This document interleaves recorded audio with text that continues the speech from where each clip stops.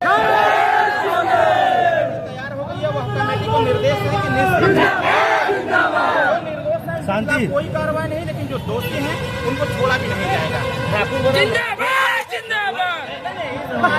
ये देखिए, ये तथाकथित चीजें हैं, इस प्रकार की बातें हम नहीं कह सकते हैं, क्योंकि हम न्याय संगत कार्य के लिए हैं, हम लोग जनप्रतिनिधि हैं और समाज में ही रहना है। तो हमारा प्रयास यह था कि जो घटना, इस घटना को लेकर के आपसी द्वंद्व हो रहा था, यह द्वंद्व बंद हो और जो दोनों पक्ष चाह रहा था कि इसकी उच्च स्तरीय जांच हो जाए, जो दोषी है उनके खिलाफ कार्रवाई हो।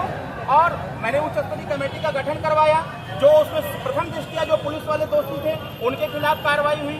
अब इसके बाद SIT अपनी जांच देगा। सबसे अच्छी बात यह है कि उस SIT कमेटी में 4 IPS हैं और 1 डिप्टी कमिश्नर है, तो कहीं न कहीं यह उच्च स्तरीय जांच है।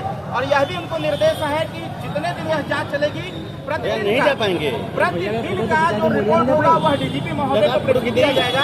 तो कहीं न कहीं अब यह लग रहा है कि जो पीड़ित पक्ष है उसको न्याय मिलेगा, जो भी घटना घटित हुई है उसका खुलासा होगा।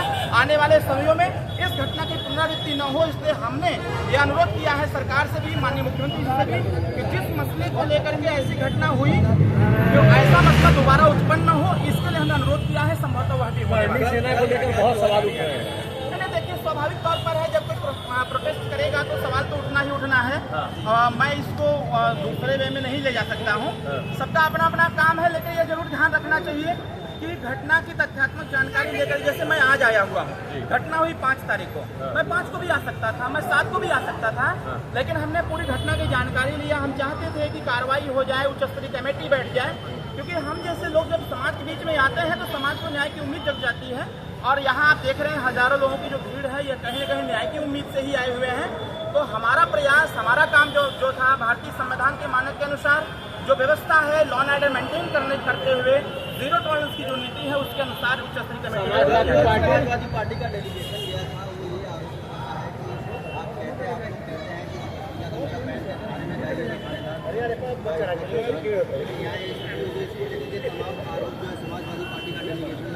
जो डेलीगेशन आया था, मेरा आग्रह होगा कि पीला गमछा धारण कर लें और किसी थाने में चले जाएं, उनकी सुनवाई होगी। मैं जानता हूं उनका पीड़ा क्या है। उनकी पीड़ा यही है कि उनकी सुनवाई नहीं हो पा रही है। सुनवाई इसलिए भी नहीं हो पा रही है कि उनकी सरकार में जो गुंडागर्दी देखी गई वो चरम पर था।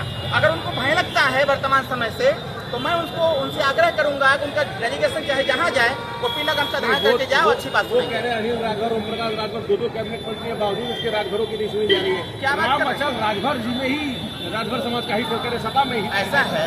अगर नहीं सुना जाता तो उच्च स्तरीय कमेटी कैसे बनता? उनको इस बात का देखिए भय है। आज समाज के साथ कहीं भी कोई अन्याय अत्याचार हो रहा है, पूरा समाज एक मुश्त खड़ा हो रहा है, न्याय संगत कार्य हो रहा है, सरकार पर दबाव क्या कहना है। जो सरकार का काम है वो सरकार करेगी, जो शासन का काम है वो शासन करेगी। तो इससे उन लोगों को निश्चिंत रहना है। जितनी प्रताड़ना अखिलेश जी की सरकार में हुई उससे तो कम हो रहा है। हमारा प्रयास यह है कि यह भी न हो, अगर होता भी है तो कम समय में इसका खुलासा हो जाए और जो भी इस प्रकार का कृत्य करे उसके खिलाफ कानूनी कार्रवाई। देखिए, मैं आया हुआ हूँ, गांव पर जा रहा हूँ। सबसे पहले मैं उन पीड़ित पक्ष से मिलूंगा जो ज्यादा लोग घायल हैं। अगर दूसरा पक्ष तैयार हुआ मिलने के लिए तो अरविंद राजू जरूर मिलेंगे।